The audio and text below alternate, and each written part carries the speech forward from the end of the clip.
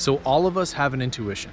We all have an ability to be intuitive, to be in tune with things around us, other people, ourselves, to know things that might be unfathomable to know. We all have this ability. The thing is that most people lose this ability. Maybe lose is the wrong word. I'm going to say most people no longer believe in this ability. But as children, our intuition is incredibly strong and we know things. I think a lot of people can almost remember back. If you go back right now, remember your childhood, remember being a child, you're pretty in tune to how other people feel.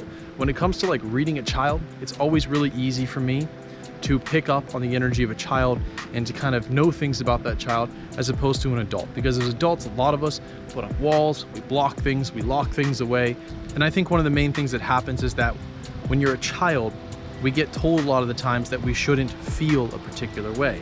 Now, intuition is all about feelings, and emotions play a huge role in that. I think most people's parents have done this to their kids. You're sad, you're angry, you're whatever. You have a feeling, and you're told you shouldn't feel that way over something. A lot of times because maybe in the adult's mind, it seems a little bit ridiculous to feel that way. Or maybe the adult is annoyed or angry at you, or they're over your crap and they're trying to suppress your feelings. But your feelings are very, very, very connected to your intuitive state. Now, children don't necessarily understand the complexities of the world. So they look to the world with whole different eyes than adults do, of course. But adults, because they have been essentially jaded, tarnished, or hurt over many things, they project a lot of that onto their kids. So when a child has an emotion that might seem irrational to an adult, the adult typically, one of the reactions is to suppress that emotion. And not suppress it by saying you're not allowed to feel, but more along the lines of being like, oh, you shouldn't feel that way, or even saying to somebody, don't be sad. Now, I know that's a harmless thing to say, and it's not intended to literally rip someone's intuition out of them. But just these simple statements over time can actually have a psychological effect on someone to the point where they will start thinking that they should not feel a particular way. Now, the emotions are a communication aspect, and intuition is all a level of communication. It's a higher level of communication. It's essentially divine communication, whatever you want to call it. It's not a logical based thing. It's feeling.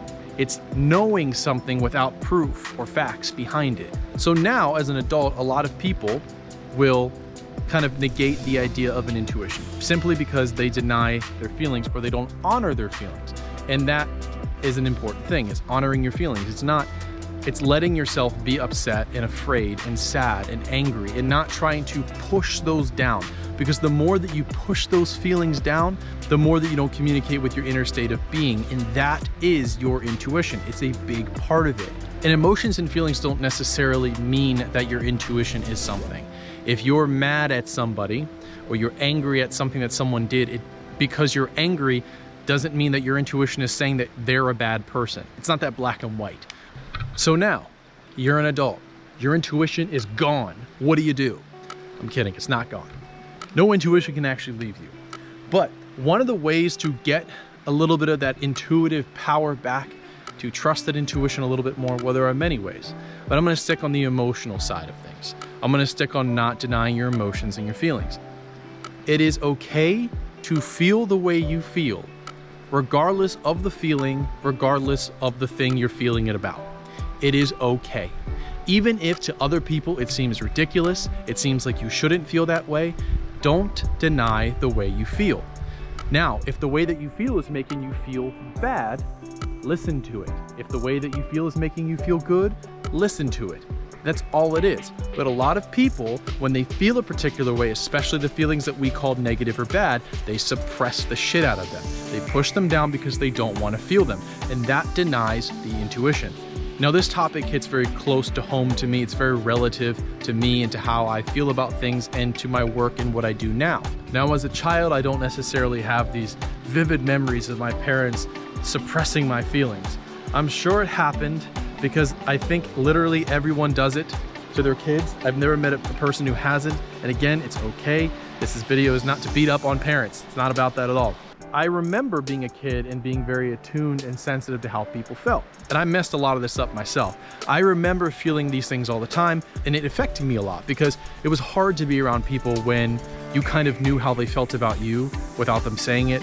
What I would do over time is hide that sensitivity because I viewed it as weakness. It made me feel like I was doing something wrong by being sensitive. It made me feel like I was too sensitive. I think that a lot of people have that sensitivity to them.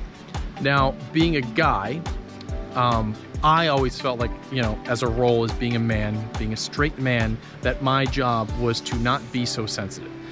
It was a stereotype that I played into a lot, especially growing up. And I overcompensated that stereotype a lot with aggression and kind of being a little bit domineering of people, especially when I was younger, when I was a kid, when I was a teenager. And really all that did was suppress my intuition. And I can go back in time and think about all these instances where my intuition was screaming at me. Even then, you know, and me pushing it down and pretty much being like, no. So ultimately what I'm trying to get at is the way to bring that intuition back is to start listening to your feelings. Start listening to how you feel and letting that communication come through. Denying your feelings to the point where you feel shame about the feeling, again, is what kind of suppresses a lot of that intuitive power that people have. Honor your sadness, honor your anger, and figure out why you're feeling that way. It's not the only thing you can do, but I think it's a really good step, because even if listening to your feelings and honoring your feelings doesn't make you psychic, what it will do is literally help you not suffer and help free you. It doesn't matter how dumb, how stupid, how crazy it might seem to you. You feel that way for a reason. No one's feelings about anything should be denied. They shouldn't. They're just a communication that you have with yourself. When you start listening to that communication, the intuitive things will come with it. That's the end of my video. Also, if you're interested in any of my services, go check out my website. It's guidingperspective.com. My link is in the bio. Check out everything I offer if you're interested in learning more about me or getting any work done. Anyway, see you guys part 2.